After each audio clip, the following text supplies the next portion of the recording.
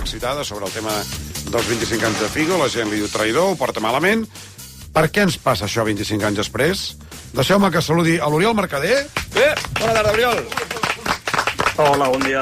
Hola, bon Psicòleg dia, especialista en el rendiment. Sí. Ens fa molta falta passar tots pel divan, perquè, bàsicament, ens preguntem com pot ser que 25 anys després del que va ser qualificat com una traïció, la història ja la coneixem, ara sentíem la presentació, encara cogui tant fins a l'extrem que la gent pensi que aquest tio és un traïdor. 25 anys després. Per què passa això?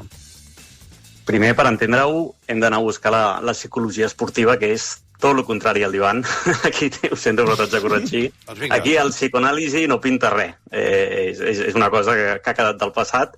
Aleshores, hem d'entrar al cervell i entendre que quan una experiència es grava amb una emoció molt intensa, passa el que passa, que això ho recordem per tota la vida. Per tant, si el Figo avui en dia és un mite negatiu, és perquè aquella experiència ens va impactar emocionalment molt fort. Aquí a la taula es deia que això és així per l'amor que se li tenia. És a dir, és tot l'amor que se li tenia després es va convertir proporcionalment en odi, també.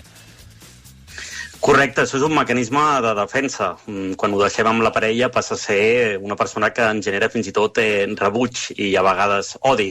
És la millor forma de gestionar el dolor, transformar-lo en enemic públic, tirar-li el cap de porc i, pot ser una forma immadura, però en aquell moment que tot era tan ràpid i tan dolorós, a nivell social és molt fàcil d'entendre que la gent reaccionés d'aquesta forma de convertir el Figo en l'enemic públic principal i odiar-lo per poder tragar tant de dolor. Per tant, no ens estem equivocant, no?, en línies generals. Dius que aquesta és la forma bona de gestionar aquest dolor, és exactament aquesta. La més funcional. Déu-n'hi-do. Doncs aquí a la taula... Àngel, anem pel bon camí, eh? Sí, home, clar. Heu fet un bon diagnòstic, sí. Està clar. Déu-n'hi-do, però és que... Pensava que ens renyaries. No, és que... Sí, que ens dius, no sé què, hem de passar full, de girar pàgina, no sé com s'ha de dir, i resulta que no, que és normal que passi això.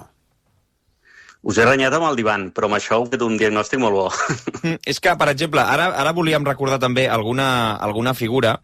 Dèiem aquí a la taula, comentàvem el cas de quan Figo, en aquesta última final de la Champions femenina, va ser ell que es va encarar amb un aficionat perquè li va dir traïdor. Llavors, a mi em suggeria el dubte de ell quan va retornar després al Camp Nou i va sortir d'allà com cridat, com un traïdor de dalt a baix, podria ser que això a ell li hagués generat aquest efecte contrari per acabar-se convertint en un mite de l'altra banda?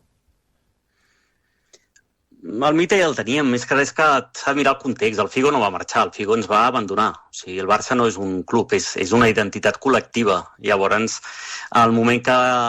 També el context. Jo el que no he entès del Figo és que no expliqués de dir, mireu, teníem un president que era un inepte i vaig marxar per guanyar títols. El Figo era el símbol d'un equip que anava a la ruïna i quan va marxar, d'alguna forma també vam tenir aquesta sensació de que l'equip se n'anava completament, desapareixia i començava l'època dels Galàctics. Per tant, no és només la marxa del Figo, també és el símbol de veure que som un equip que se'n va passar una temporada molt, molt difícil. Ara aquí a la taula el Frederic Porta feia alguns gestos. Tens algun apunt a fer, no entenc? Sí, en el sentit de que Florentino sabia perfectament que era un cop tan bèstia a l'autoestima del club que va enfonsar moralment allà on feia més mal, que era Luis Figo. Però ràpidament vam saber tots plegats per què marxava Figo. Perquè su florentineza va ser molt més intel·ligent que ell al posar-li aquella clàusula de dir o vens o pagues 500 quilos i ell va dir en pessetes, que eren el canvi 30 milions d'euros que havia de pagar Figo si es desdeia del fitxatge. I Florentino va dir en el seu moment que amb aquests calés li pagaria l'abonament anual a tots els socis. De fet, mira, ho podem sentir, també per continuar amb aquesta línia del masoquisme, que el que deia Florentino per prometre als seus socis. Si yo soy presidente del Real Madrid, Luis Figo será jugador del Real Madrid. Y fíjese si tengo seguridad en lo que digo, que si yo soy presidente y esto no se produjera, yo les pagaría a todos los socios las cuotas de socios de la próxima temporada. Clar, i això... Perquè tenia el nombre, perquè tenia, com deia el Fèdic, el document signat amb Figo, de que si no eres Figo jugador del Real Madrid, pues tindria els diners. Però vull dir, Figo no volia marxar del Barça. No. Perdó, he dit el nom, se m'ha escapat. Sí, ara és veritat. que no podies dir. No volia dir-lo, Perdó. A qui li has demanat perdó? A tu mateix, a mi mateix, clar, m'he demanat perdó a mi mateix. Sí, et sent el poquí, Estava concentrat en fer una exposició i se m'ha escapat. O sigui, i ara m'estic sentint molt malament perquè he dit el seu nom. Però aquest personatge no volia marxar al Barça. No volia. O sigui, ell signa el document amb Florentino Pérez per guanyar diners. Ell no volia marxar al Barça. Ell, i s'ha explicat després a la història, que ell va intentar de totes les maneres possibles no marxar. I ell va intentar, fins i tot li va demanar a Gaspar que pagués al Barça la penalització. Òbviament, Gaspar va fer bé no pagar-la. Ell signa aquest contracte com a mesura de pressió per aconseguir un augment de sou a Can Barça, perquè havia Núñez en aquella època, per evitar que marxessin els bons, els hi va pujar d'una manera notable, gairebé exponencial, a Pep Guardiola, per exemple, no? I llavors Figo buscava el mateix, però va jugar molt malament les cartes, i en una partida d'escacs amb Florentino ja sabíem qui havia de guanyar. Clar. Florentino.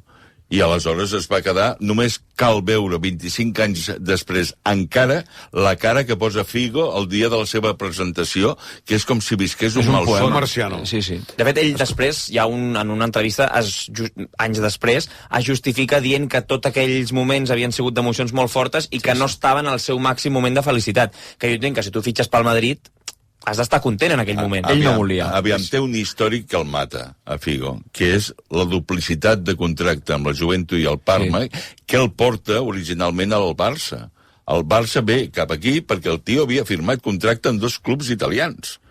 I per desfer aquest merder, acaba a la Lliga Espanyola al Barça. Sí. Deixeu-me fer una pregunta per acomiadar a l'Oriol Mercader. Oriol, el nostre company Àngel Pérez, hi ha hagut un moment que diu és que no vull ni dir el seu nom. Això té alguna explicació psicològica? Bueno, la negació, però al final... el problema aquest és sobretot per què s'ha fet el Figo aquest mite. Hi ha 2 coses. Per mi és aquesta de la identitat, de dir que ens ha fet un mal especial perquè no ha fet un canvi de feina o ens ha deixat per algú que té més diners. És que ens sentim al Barça, nosaltres, el Barça és part de qui som. Per això ens ho prenem molt personal. I 2, crec que avui en dia un cas Figo seria molt difícil que tornés a passar, sobretot pel tema de les xarxes socials, que tot i que pot polaritzar molt, però fa que hi hagi molta més comunicació. Per mi el problema del Figo va ser el silenci i la negació fins a l'últim moment, que va fer molt de mal. El no saber què havia passat, ara potser amb el documental, com dèieu, sí que podem entendre moltes coses. Però la ment humana, quan hi ha un silenci, omple aquests buits amb molta ràbia i desconfiança. Normalment no hi ha una cosa positiva. Per tant, el silenci jo crec que va fer molt mal i avui en dia, donant-li Instagram al Figo, que potser millor que li treguin pel que posa, doncs no hagués sigut tan bèstia tot el procés. Dubto que amb un Joan Garcia, un Iñaki Williams, pugui passar alguna cosa semblant. Doncs escolta, Oriol, queda apuntat, ens veiem d'aquí 25 anys, tornarem a parlar de moltes gràcies, adéu-siau. A vosaltres, adéu. Doncs mira, aprofitem que acaba d'entrar una culer mítica per la porta, la inclourem en